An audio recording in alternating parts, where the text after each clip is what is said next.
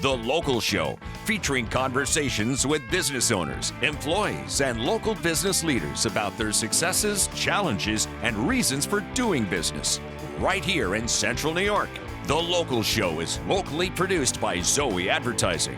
Now your hosts, Tom and Steve. We're back again with the almost fall edition of The Local Show. Oh, Tom, it's just leave summer alone. Just let it percolate. Yeah. Let's squeeze as much as we can of. I know that, we're going to berry. get into those cool mornings and the hot days and the whole state fair weather. It all Right. changes. And last weekend of the fair. Hopefully we won't have a Labor Day storm. No, I don't need that. That was a no. pain in the butt. That was 50 years ago, Tom. You're dating yourself. Although my generator's running just fine.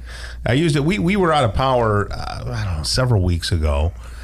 And it was great to just go out there, just click that button, and bam! Really? What did it power? Because it's a generator. You can't power everything. No. But I have also a battery that I bought on Amazon that charges up, and that has AC power and everything like that. So your freezer and your... Oh, yeah, I was able to do... we got two refrigerators, one in the garage and one in the house, so it was powering those and a couple of lamps, and yeah, I was fine. And my internet. So Is it loud? Well, yeah, because it's a motor. It's not in the garage, because you have to have it outside. I like to sit in my closet with it and shut the door.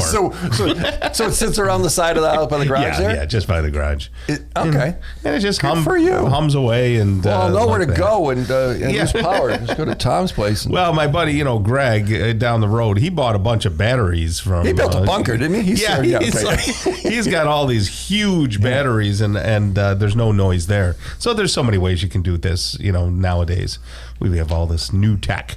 Anyway, it's good to bring Jerome Snyder back. He's got the latest tech and a lot of natural stuff. What's good about it, Tom? He's the owner of Pestmaster Services, and he's able to get rid of your pests and unwanted guests. How are you there, Jerome? Like a dream come true, Tom. I know.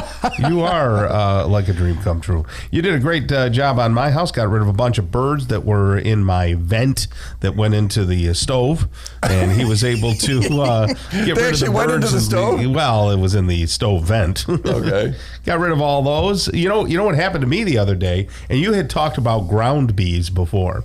And I thought, well, it's just Jerome and, there's no ground bees. He's just trying to scare me.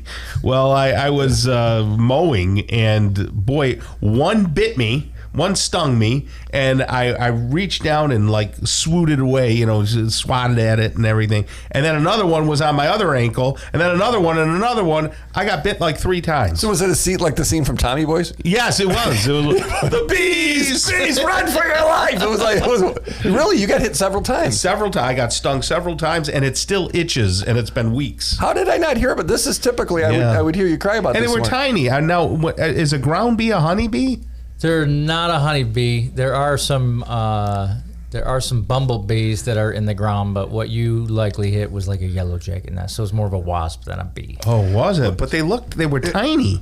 Yeah, they're more of like a yellow jacket wasp type species. I got bit, Tom, stung. They're not taking a bite out of you. Right. Yeah, I got stung. We were up in Oswego, and this was before Judy had her surgery. We were just sitting there watching the water, and we bring the dog there, and we're sitting on a bench next to a bench, and bang, hits me in the hand. What the heck? Wow. And it really hurt. Yeah. For about 15 minutes, and then it calmed down and everything. But I never saw it. But I didn't provoke it like I normally would, right?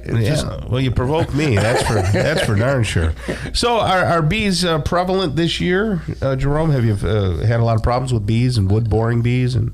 So the stinging insects, they usually kick up. They're around all summer. People don't really start noticing them until the end of July, August, big time, September for sure, and then they kind of wane out in October. They're there, but people don't normally see them. They're not bothered by them until August and September, and then into October they're kind of. Do they get more aggressive? Is that why? Yeah. So as the season goes, they they're focused on building the nest and building the brood and getting everything going, and they get bigger and bigger. Wow. Like they actually morph into a larger creature, the yellow jackets do, as the season goes on. Yeah. And they're out there, and you got to be careful. Yeah. They get lazy, and it's they're slow moving, but they'll just land on your hand and sting you for no reason, it seems. Yeah, they love you. Yeah, no, that's what this landed, and there was no provoking.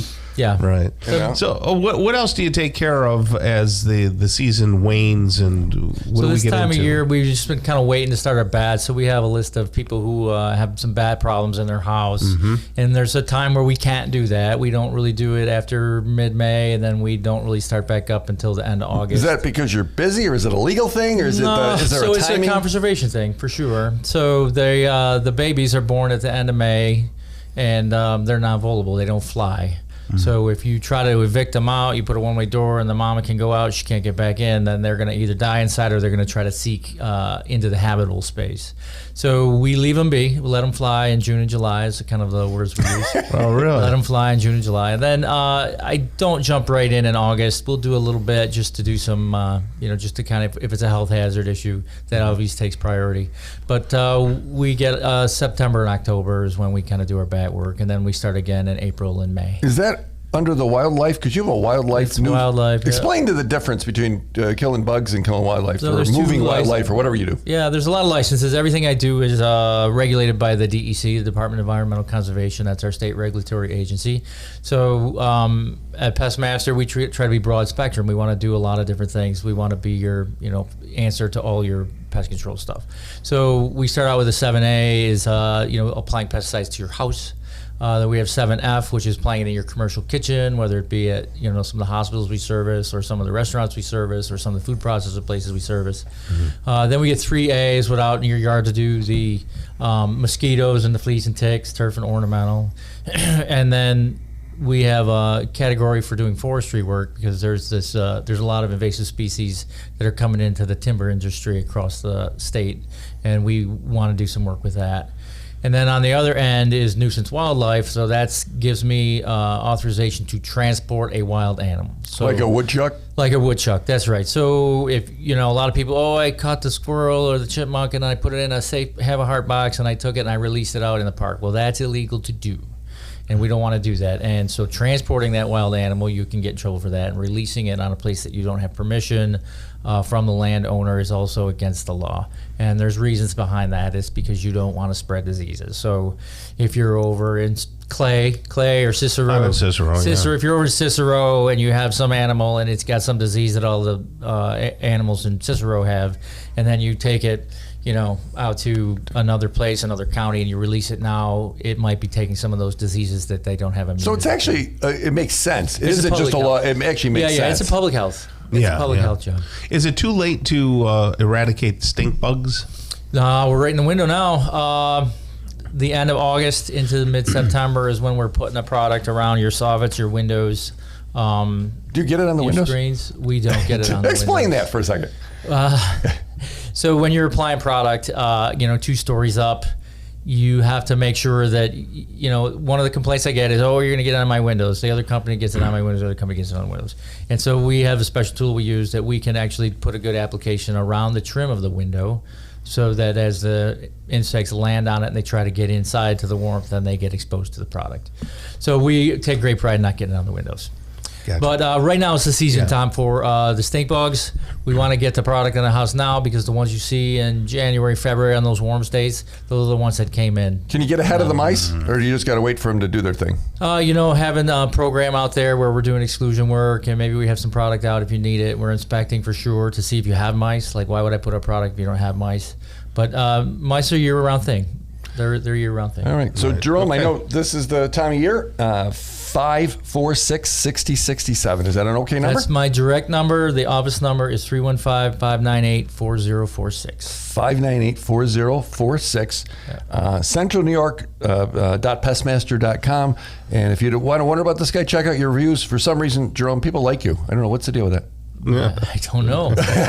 You do a good job, and you take care of my mom, so there's a big endorsement. All right. Thank you very much, Jerome. Have a great rest of the day. You're welcome. All right. Ruth Ann Raposa is coming up next, Executive Director of Syracuse, here on the local show on 570 WSYR. Don't go away.